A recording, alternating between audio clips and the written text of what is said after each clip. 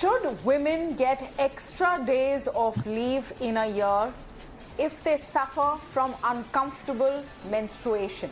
If they suffer from pain, from discomfort, should there be more days of leave than what everyone else gets as an employee? This has been a question of long-standing debate. It was in the Supreme Court today, and while the Supreme Court says it does not want to get into it, it's a matter for the legislation, it definitely is up for debate, especially after a comment made by the Chief Justice of India, Justice Chandrachud. He was responding to something an intervener said in court, when he said that if you grant menstrual leave, employers will be hesitant to get women on board. Now, in a country which already has an abysmal labor participation of females, that sounds like a bad idea. Why would you want to disincentivize companies from hiring women? But look at this from the point of view of whether it's fair. Are our workplaces right now actually encouraging women to come in? For how long will women have to just grin and bear it, or pretend that they're not really suffering? Is that 10 or 12 days of sick leave that everyone gets enough if you have a serious condition? And when there are so many countries in the world which have accepted menstrual leave as a part of their policy, should India be left behind? That's what we're discussing today on the show. And to speak on this, I'm joined now by Ritu Chakroborty, co-founder and executive director at Teamlease, Lloyd Mathias, business strategist, Karuna Nundy, advocate in the Supreme Court, Sonica Aron, founder of Marching Sheep, and Adv Shailendra Mani Tripathi, the petitioner in the case. I'm actually going to begin the conversation with Advocate Tripathi, who went to court with this. Tripathi ji, बहुत-बहुत शुक्रिया हमारे साथ आज बात करने के लिए. आप पहले हमें ये समझाएं कि आप ये पिटिशन लेकर सुप्रीम कोर्ट क्यों गए? क्यों आपने ये मांग रखी कि महिलाएं और जो फीमेल स्टूडेंट्स हैं, लड़कियां हैं स्कूल कॉलेज में, उन्हें मेंस्ट्रुअल लीव अलग से मिलना चाहिए?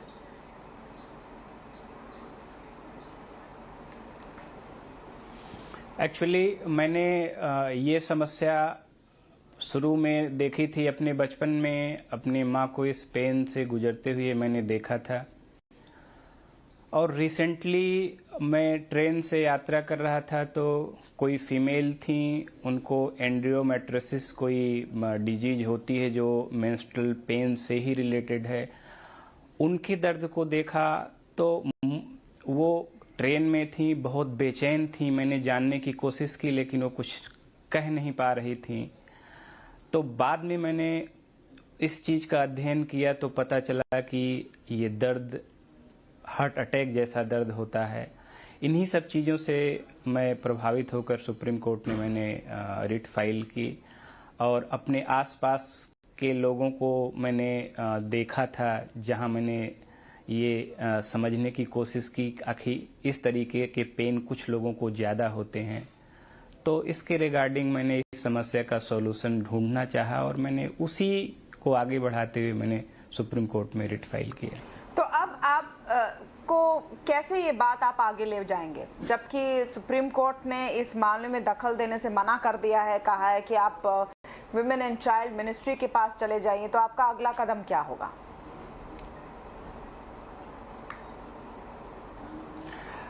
जैसा कि honourable chief justice of India ने अपने ऑर्डर में ऑर्डर किया है कि आप रिप्रेजेंटेशन गवर्नमेंट ऑफ इंडिया को through women and child ministry को आप रिप्रेजेंटेशन दें, और ये पॉलिसी डोमेन का मामला है, सरकार कंसीडर करेगी इस बात को.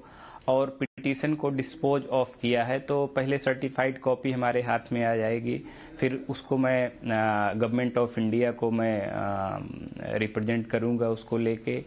फिर उसके बाद अगर जैसा भी सरकार डिसीजन लेती है उसके बाद फिर अगली क्या कार्रवाई होगी सोचेंगे, क्योंकि ये एक ऐसा पेन है जो हम सबकी जिम्मेदारी बनती है. कोई किसी की माँ है, कोई बहन है, कोई पत्नी है, कोई बेटी है, और ये समस्या एक बायोलॉजिकल समस्या है.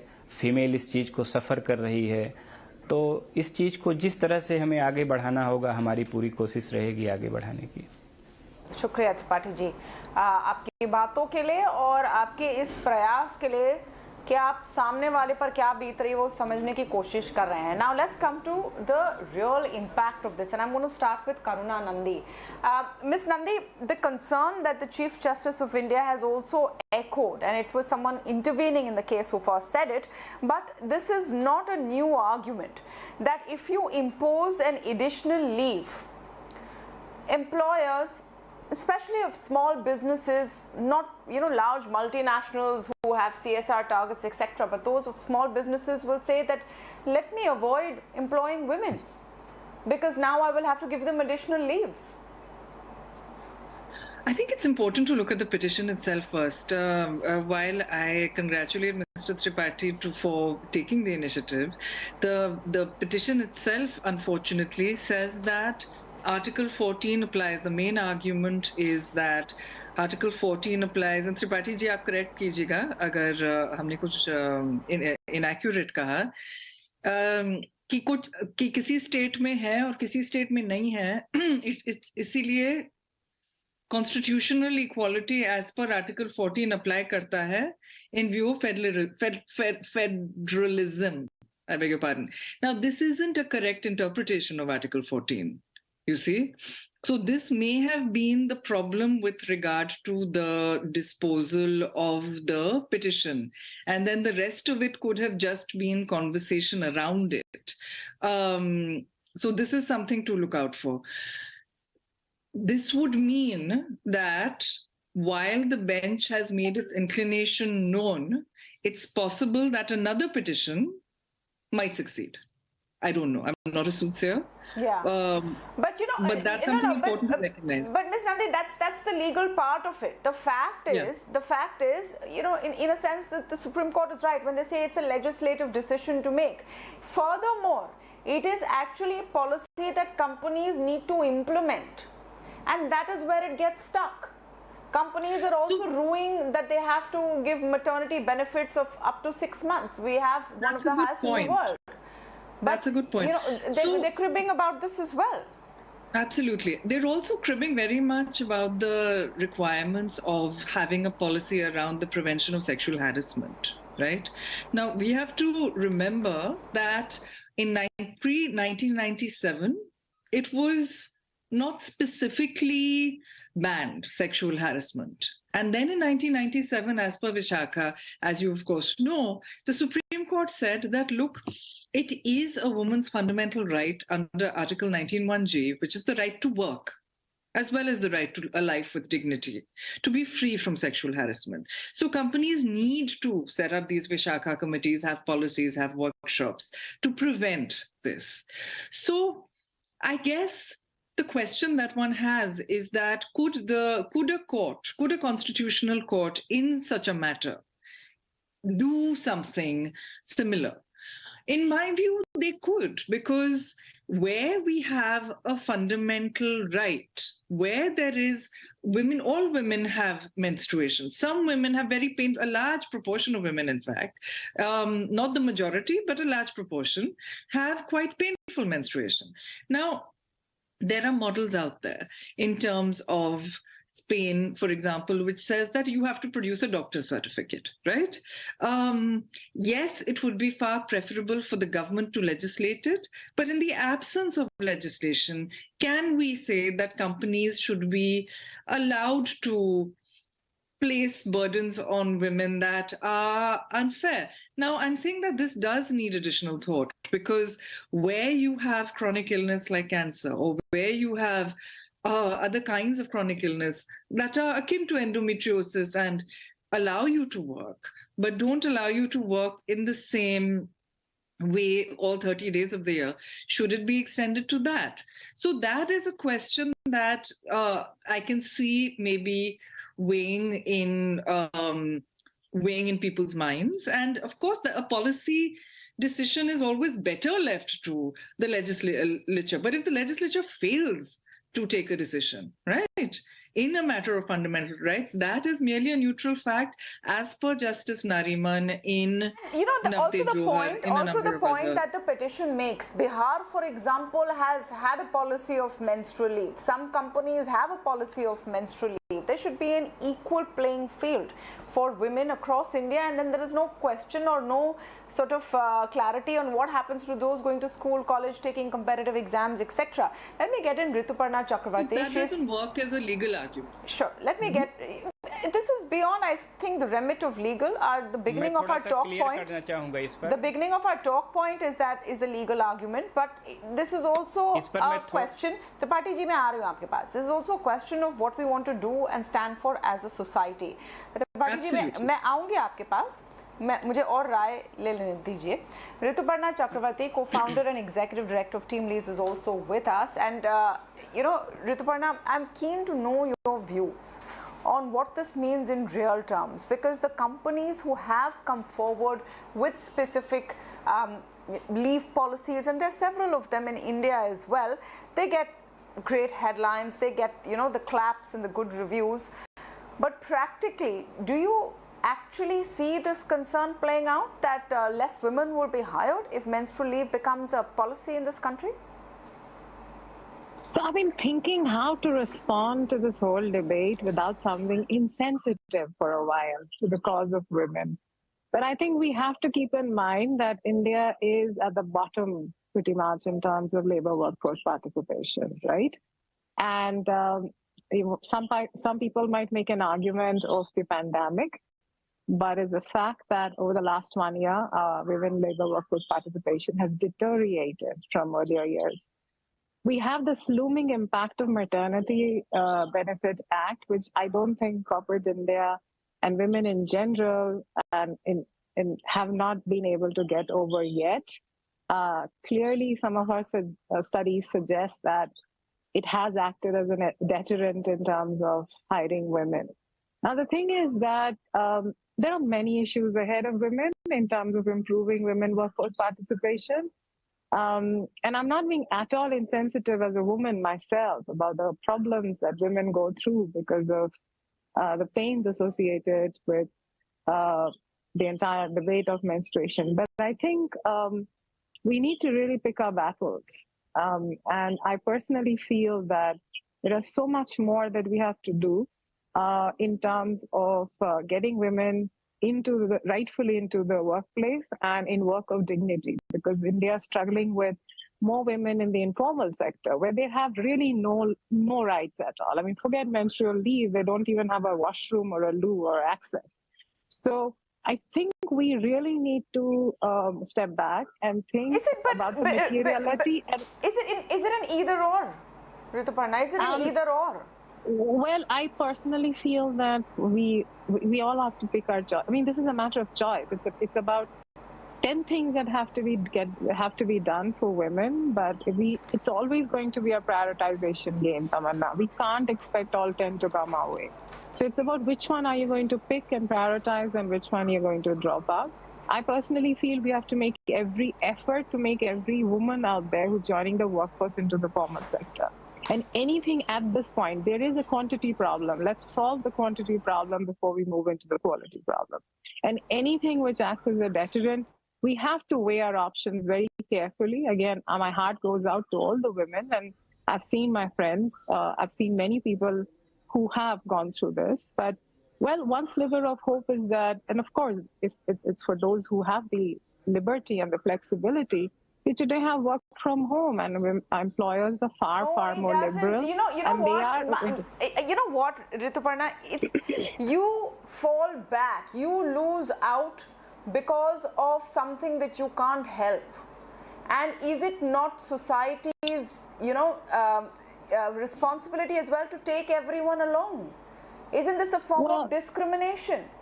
No, actually, look, just pardon me on this front, but yes, it is something that some women go through, first and foremost, and not all women go through.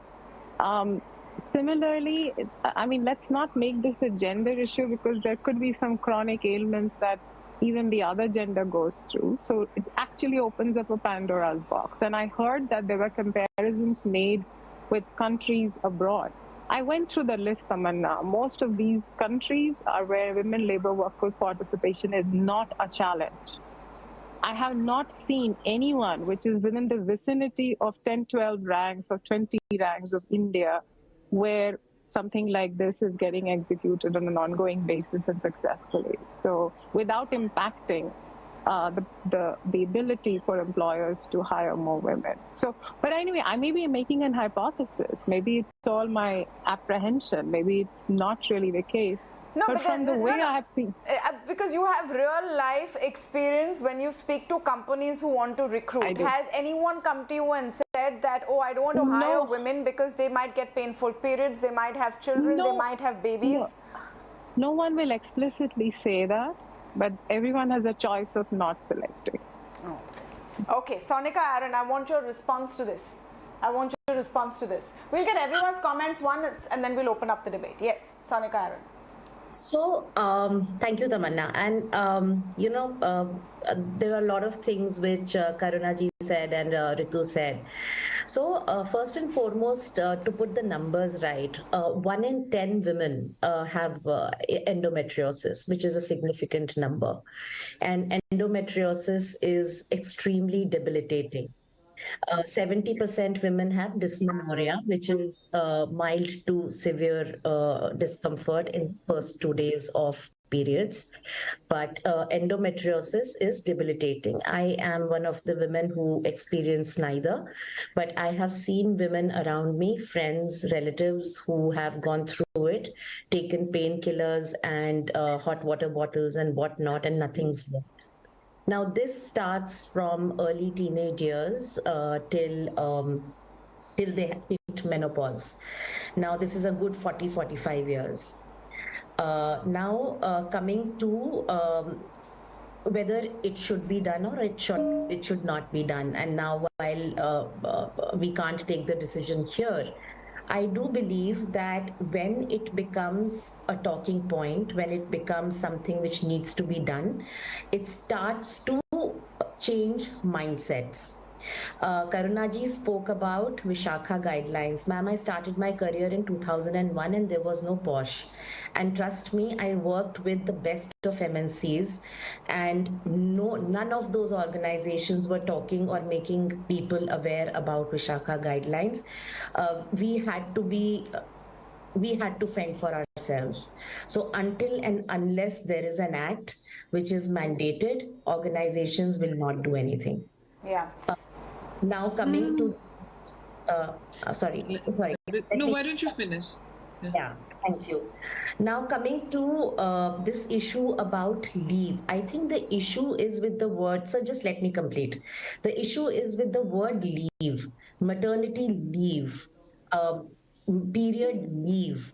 When women go on maternity leave, it's not like they are Netflixing or binging or having They are taking care of babies. They are up all night. They are practically going through a lot of. एक minute Tripathi ji, सबको बोल देने दीजिए, फिर हम debate को खोल देंगे. सबको एक बार अपनी बात बोल देने दीजिए. जब पीरियड लीव भी अगर कोई लेगा एक्चुअली वो लॉ क्या है वो मैं क्लियर करना चाह रहा था. हाँ, हम आएंगे आपके पास जी. तो जब कोई पीरियड लीव भी अगर कोई लेगा तो वो अपनी हेल्थ के लिए लेगा, आराम के लिए लेगा. अगर किसी को लगता है कि उससे काम पे फर्क पड़ेगा तो ये एक माइंडसेट इशू है. We need to put anything which needs to be implemented in letter and spirit. Right. So that spirit needs to be surrounded by enabling procedures like, why does it have to be a person available at work to be evaluated for work? Why can it not be on the basis of what are they contributing? When we do sessions on sensitization and people say that they will go for 6 months on maternity leave, and we say that what if somebody a male has a accident, or like she spoke about cancer, will you not, irrespective of gender, support that person? And this is not a women issue only. Any person who has a uterus, this can also be a transgender person or an intersex person. Right. So I got your point, Sonica Aron, that you're saying that this should be there. Since you spoke about endometriosis and all of you all have spoken about endometriosis. It is debilitating. I know, because I have suffered from it. I've taken treatment from it. I've had surgery for it. And I'm saying this on national TV today, but I have been blessed to have worked with companies and leaders who have understood and not let that hold me back. And that is very, very crucial. That you look at an individual for what they contribute, not whether they have a uterus or not. Because you brought it up, I thought I should share that. Lloyd, please come in on this debate. Should the worth of an individual be brought down to what their gender is and only what they're contributing maybe to your P&L? Certainly not, Tamanna, and thank you for that interesting share. I think the reality is that we all need to make our workplaces more inclusive, and to that extent, we have to also take into account the biological differences, the fact that there is a need. Having said which, I just want to go back to the point that Ritu made.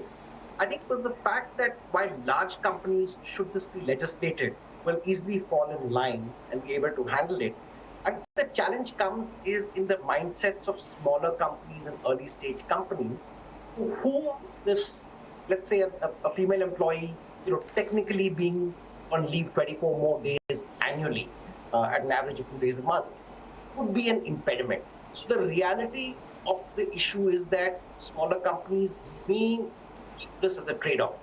And exactly as you said, it's the larger companies who will take this along because for them, diversity, equity, inclusion, ESG metrics are relevant for their stakeholders. But for smaller companies where this tends to be a little borderline, will always be a pushback. I just want to read out the list of companies that Mr. Tripathi's petition mentions, and I'm quoting from his petition, which I've given this. This, of course, includes Swiggy, Zomato, Byju's, Culture Machine, Maxter, Matrubhumi, Wet and Dry, Industry ARZ, Horses Table News, Fly My Biz, JaipurKurti.com, Orient Electric. There are a lot of companies here who are not in your, Fortune 500. So all I'd say, Tamanna, is that these are certainly enlightened companies, and I have absolutely no doubt it could go down the spectrum. It's not necessarily a Fortune 500, but I would say that there are a lot of other companies, maybe larger, family-driven concerns that may be listed companies that may have reservations. And like Rituparna rightly said, they might not explicitly state it so, but this could impact their hiring. And at every stage of this woman's journey, right from when POSH guidelines were issued, or when, let's say, India went from the 3 months to 6 months on maternity leave, I think there have been issues of a little pushback. So I want us to recognize that aspect. While I'm all for the fact that we have to make our workplaces more inclusive, I think this could be a negative impact of that, and that's the reality that I want us to accept. Long term, I think legislating would be a solution. I'm going to open up the debate, but I just want to, understand, how do you think that it's okay to discriminate against someone because they have painful periods, and where does that end? Tomorrow, what if a company says, I will not hire someone who's obese because they might take a lot of sick leave and their health might be bad. I will not hire a smoker. They will take a lot of smoking breaks. That's an excellent point. So it's discrimination. Let's talk about what it is and not, beat around the bush. This is a form of discrimination. Yes, Karuna. When we speak about incentivizing companies or not incentivizing companies to not discriminate, then should we be speaking in terms of incentives, or should we be speaking in terms of not being allowed to discriminate and enabling them to comply with the law? At the moment, we don't have an equality law. An equality law was floated, in fact, by Shashi Tharoor because he is willing to float these private members' bills, and the person behind it was Karuna Nundy from Oxford, who's done decades of work on this. And the non-discrimination law sets law out. already hai. नहीं जी नहीं है मुझे खत्म करने दीजिए. So the non-discrimination entire structures of law, right, exist in England, they exist in the United States, and they do not exist here. So you can go to an entire structure within your company and say that somebody has sexually harassed me. If they stroke your shoulder and say, oh, you're so hot, right? You can go under Section 354. of the, because it's criminal sexual assault. But if somebody shouts at you and says that you are stupid because you're a woman and I'm going to fire you, right? Then the morass of law that you have to draw on, you have to sort of make a case based on contract, based on Article 14. Please let me finish. Yeah. Based on Article 14, etc. I'm just finishing my point. The thing is, though, is that we need a structure of law that says that you can't discriminate. Spain also pays those 3 days if you provide a doctor's certificate. The government pays for it.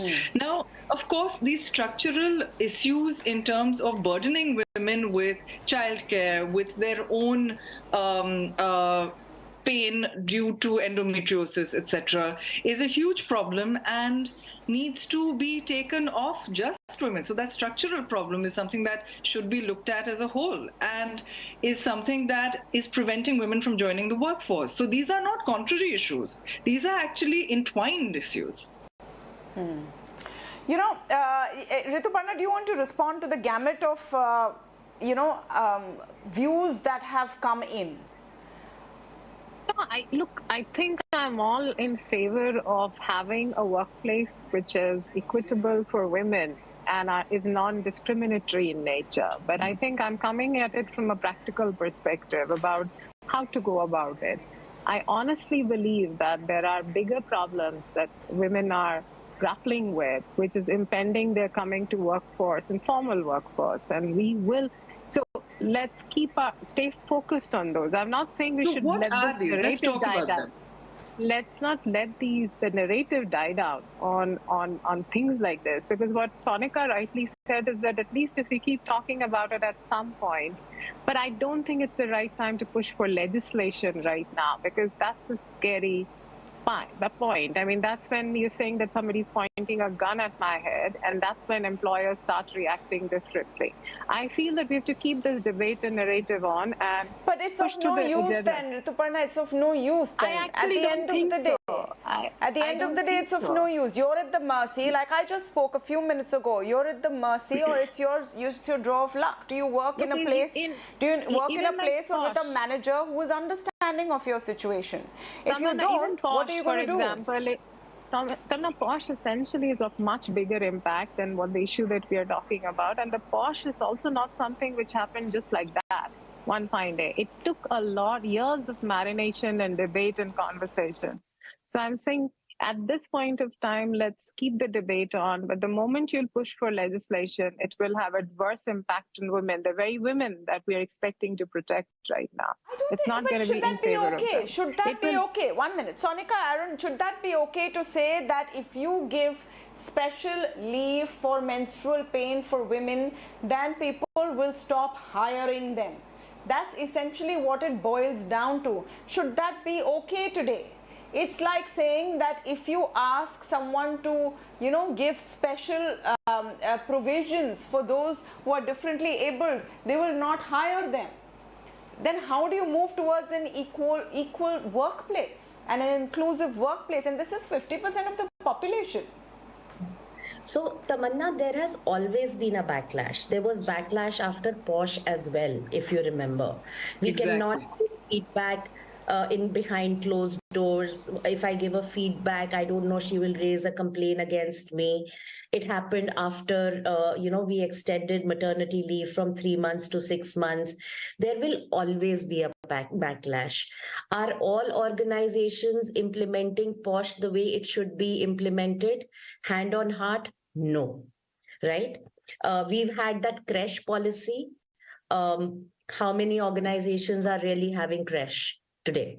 So I think you need to have a legislation, or you need to have some guidelines, something which at least forces people to start having a conversation. It removes the stigma. Please understand that today the workforce demographic is changing. 52% of our workforce is zillennial and millennial, who are very, very woke. By 2025, 27% will be zillennials who will not shy away from talking about periods. Today, when you go to a washroom, and I'm talking about small companies where they don't even want to keep a toilet paper in the washroom because the budgets are out. So I'm talking about that at least have a conversation. The conversation so is happening. Rituparna is also saying have a conversation. She's saying don't bring legislation. Tamanna, conversation is happening on TV. Please go and have a conversation with the CEO and the HR heads of, you listed out 12 companies. What about the other organizations? They are not going to do it unless there's a push. That's the point. Okay. Yes, Lloyd, please come in on this. If we're waiting for companies to start looking at inclusive workplaces to actually make women feel more comfortable, in fact, increase their participation in the labor force because of this, is it going to happen without legislation? No, it's not just about... One sec, Lloyd, questions to Lloyd. Yeah, I don't think it's going to happen without legislation, but I think the fact that companies will have to take this into account, and maybe not a mandate, but a lot of enlightened companies will begin to accept, now with this conversation going mainstream, I think a lot of companies will have to accept the reality of a gender inclusive workspace. Having said this, Tamanna, I want to re-emphasize the fact that a lot of companies, when they look at their labor output, will factor this in. So as much as we want to keep that out, the idea is not to make the workplace discriminatory, but the fact is companies are also looking at productivity target. Okay, I just want to come to that. I want to understand how they will factor it in, because it is not necessary that because you provide this opportunity, it will be taken every month by every woman. It's like your 6-month maternity leave. If you have 50% of your workforce as women, they're not all going to go on maternity leave together at the same time. So everyone is not going to have a painful period and have to take that leave every month all at the same time. How will you factor it in? Is it actually going to be a very big factor at the end of the day in the number of hours lost? I'm not sure it's going to be a very big factor, but it's certainly going to be a significant factor. No, it's not. It is not. No, if you know how women's periods work, it's not. Tamanna, there are professions where employees maintain a time log. The company bills its client basis the amount of time an employee spends. In an organization that is predominantly women, if this legislation were to be passed, then you're actually having to factor that you might need to employ more people to deliver the same amount of resources to your client in terms of time. And that's a hard number. That's what the markets are going to recognize when they evaluate. I want you to come in, on that point that Lloyd is making. Suppose you have professions that bill by the hour. I think legal counsel is one of them. So if you have today, if you have a lot of women employees, and if they have to take menstrual leave, does it impact your business, or will it impact your billing? So we have small teams of in chambers, right? So we have lawyers working with us, not as employees, but as the Advocates Act and the Bar Council rules require, we have retainerships. Now, it's all a bit ad hoc, and the way we work is that if it's, if there's pain and you need leave, then you get leave, right? Does it impact productivity? I actually think that if you take away, if people are feeling well and not having to put in FaceTime at work unnecessarily. So we have very frequently, when it's possible, a hybrid way of working. When you have to go to court, you have to go to court. We have particular office days. But we find that productivity is just much better when people are feeling well and they're happier, right? Plus,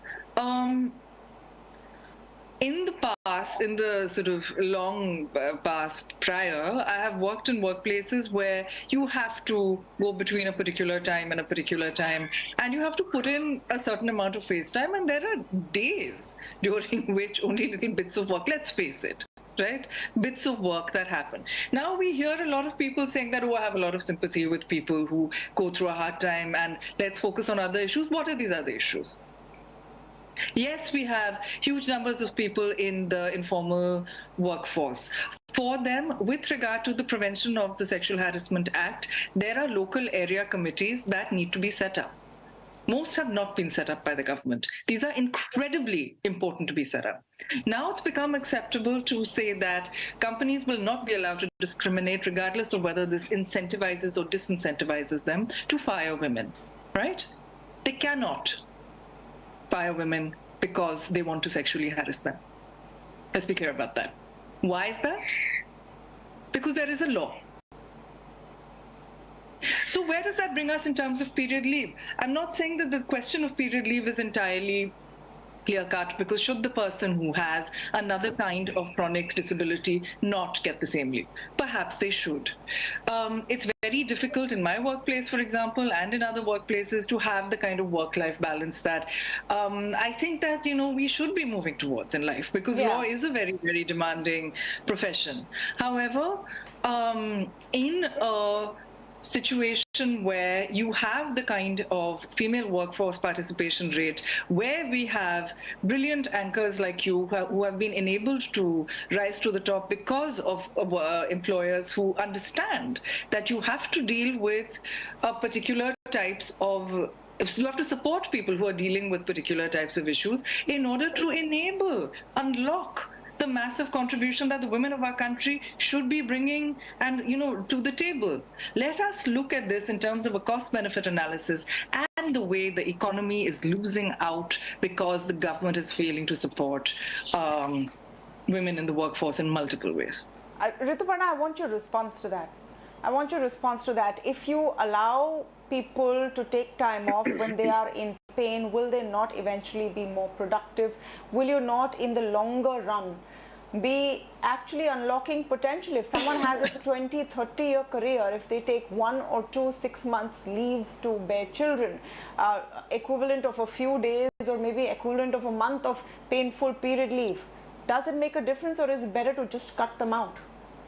Actually, you gave me the perfect, you've become the perfect example. Actually, the moment you said that you've been blessed to work with employers who actually understood the problem and the challenge you were going through, that's what we need to focus on. I think we've made this debate of actually announcing that every employer out there actually are currently denying women who genuinely have a problem. And I think there is a problem with that assumption. I do believe that, and I kind of agree with Lloyd, this is a problem that you will have with uninformed employers who are not that progressive, who are not understanding the value that women bring to the workplace, who are not understanding the thousands of studies which actually say how women economically can be highly beneficial for organizations. So, but then there are a lot of evolved organizations that are already there, and hence there is an ecosystem where I don't think an employer today who's actually seeing what a woman is doing at workplace for a genuine case will deny such an option. So that's what I'm saying, that if there is a huge case where there is a large list of organizations who are currently denying employees, then yes, we will be talking in a different forum. Will we ever know, and can we leave it to the goodness of heart of certain individuals? Like I said, I've been lucky to go through the process of starting a family, go through the process of an illness. I've had those kind of managers in workplaces, and I'm still here. But does everyone have that same opportunity, and shouldn't they have the same opportunity? That really is food for thought.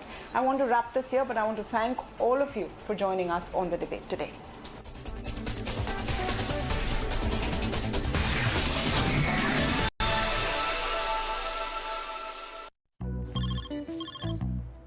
Oh, hello, sir. Hello.